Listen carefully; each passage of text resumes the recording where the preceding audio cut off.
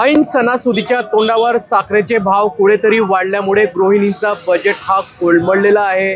केंद्र सरकारने या ठिकाणी जी साखर आहे त्याचं आयात शुल्क माफ करण्याचा कुठेतरी निर्णय घेतल्यामुळे या साखरेच्या भाववाढीवर त्याचा परिणाम झाल्याचं बोललं जात आहे।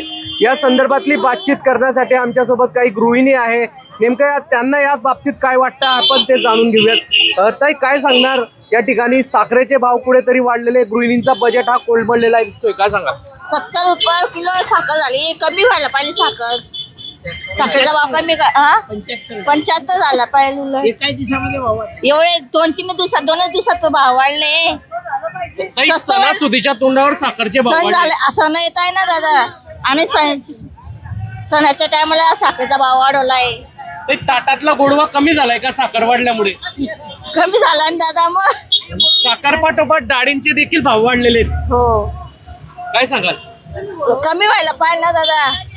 आपण काय सांगणार ताई, ऐन सणासुदीच्या काळावर साखर असेल, डाळ असेल, शेंगदाणा असेल, याचे मोठ्या प्रमाणात भाव वाढलेले आहे, काय सांगाल?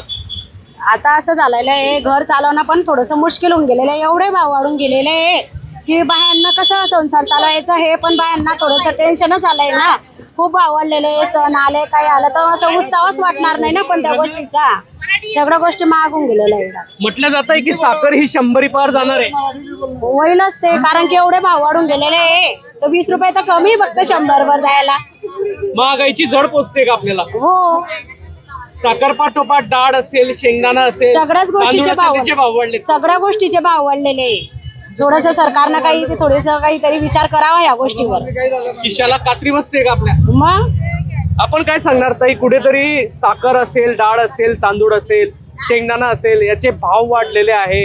ऐन सणासुदीच्या तोंडावर या ठिकाणी भाव वाढलेले, काय सांगाल? हे जी भाववाढी झालेली आहे ती नक्कीच सामान्य माणसाच्या खिशाला न परवडणारी आहे। तर सरकारला एकच माझं म्हणणं आहे की जी भाववाढ तुम्ही करताय ती कमी करावी आणि सामान्य माणसाचा जरा विचार करावा। सणासुदीत गोडवा या ठिकाणी कमी होणार आहे कुठेतरी भाव वाढल्यामुळे? हो, नक्कीच हे दरवाढ होते प्रत्येक गोष्टीमध्ये, जी आपल्या स्वयंपाकघरात ज्या लागणाऱ्या ज्या गोष्टी त्यांची जर भाववाढ होत असेल तर नक्कीच त्याचा गोडवा कमी होईल।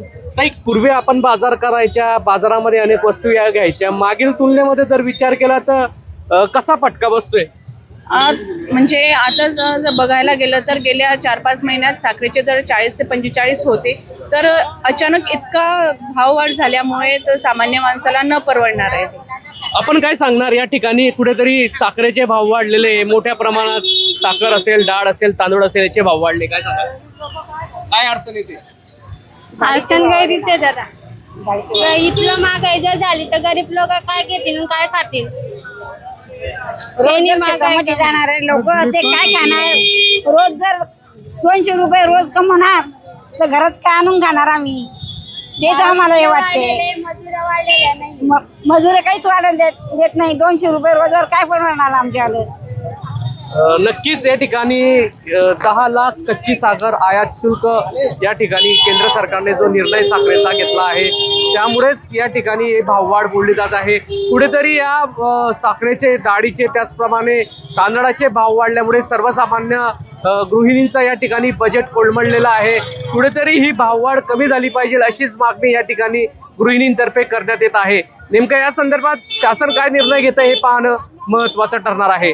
जुगल पाटील, जय महाराष्ट्र न्यूज, जळगाव।